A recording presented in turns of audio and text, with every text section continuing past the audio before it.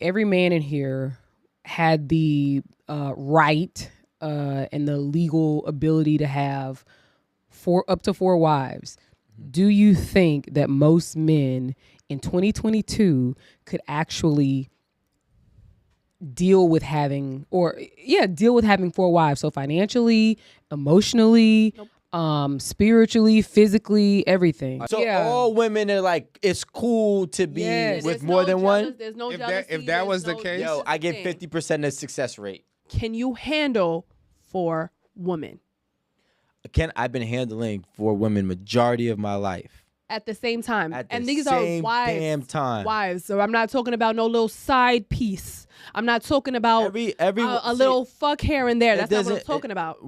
Actually, it is, because what actually ends up happening is that most side pieces are or have been there for a long period of time. There's a lot of time and investment that has been spent with that person. Now, the only difference is the transparency between the side piece and the main. That's the only difference. That changes the dynamic. It doesn't change the but dynamic. you just gave the freedom that you don't have to do that no more. Exactly. Right. You just gave the freedom not to do that no more. But that changes the dynamic, because you may not even be worried about that side piece if everything is right. The side piece is going to be there. You don't know. What I'm saying she's is saying that the wife don't care if you got a side piece as long as she's good. Yeah, and there may not even be a need for a side piece. Is what I'm trying to. No, there is. Well, that's what I'm saying. The side piece, to what she's saying, is considered a wife, and what we're trying to. That side piece gets a lot of the same treatment as his main, if not more. So what I'm saying is, men that have been having side pieces for long periods of times in their life, they've been dealing with more than one woman for a long part of their life.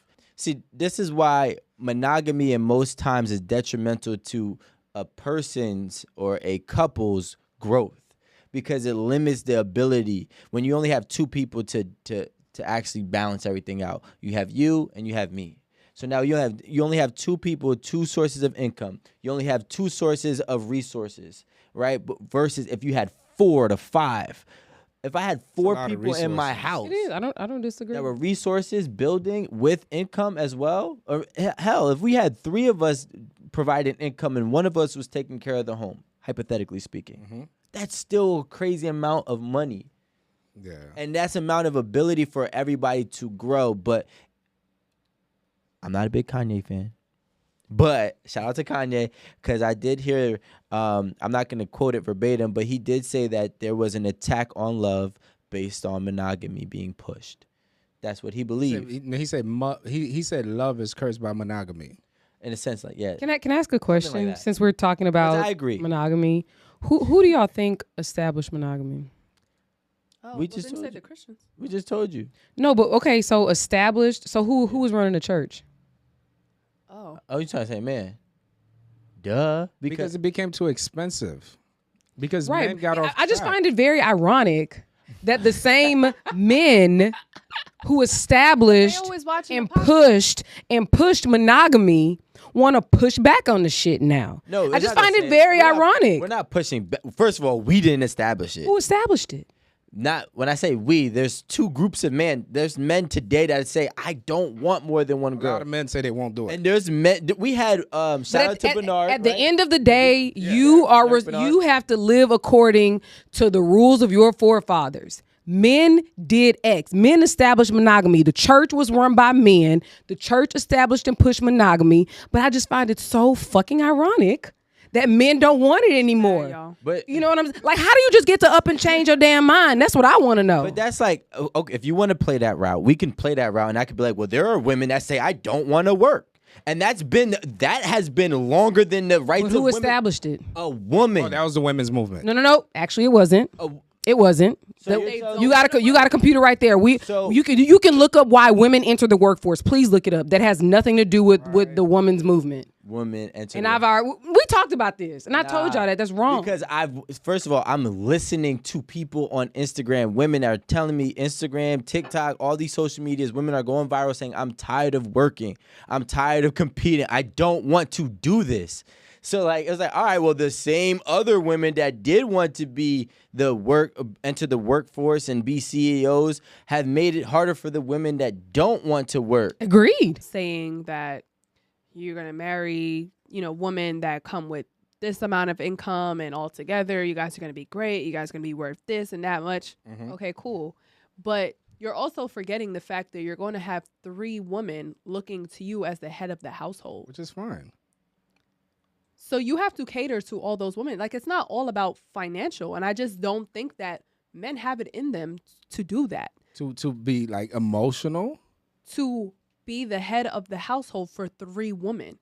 Yes, as long sometimes as they can't really take on the one woman that they do have. But I will say this: you have to go back to the historical facts. I'm going to read this whole sentence, or 2 paragraphs actually. Take your time. And this is from archives.gov, so it's a governmental site. All right, so we know it's not bullshit.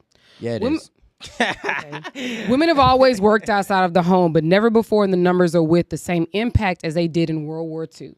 So I didn't want to say this because y'all going to second guess me. I wanted y'all to come from here. It was the war. All right. Okay. So prior to the war, most of the women that did work were from the lower working classes, and many of these women were minorities. So we know they were black, and I think we all knew this. There were a variety of attitudes towards women in the workforce. Some thought they should only have jobs that men did not want, while others felt women should give up their jobs so that unemployed men could have a job, especially during the Great Depression. Still, others held the view that the Great Depression was before World War War II. I'm sorry. Yeah, yes.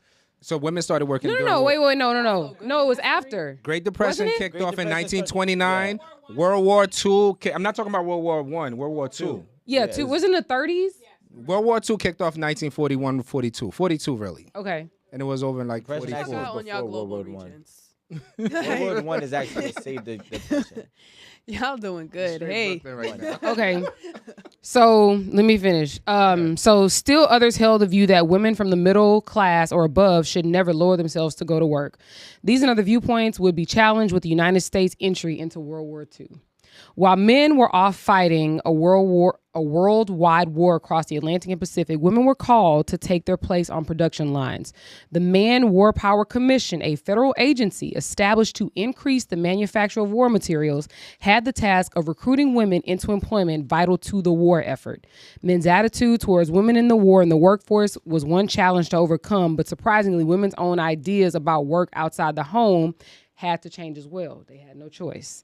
2 of the primaries, yeah, that's it. All right, women had to come out to work when the war was over. When the men came home from war, they was like, go back in the kitchen. And the women was like, hell no, we're going to start a women's movement. We're not going back to the kitchen. It wasn't starting a women's movement. It's like you had something to do outside of your home.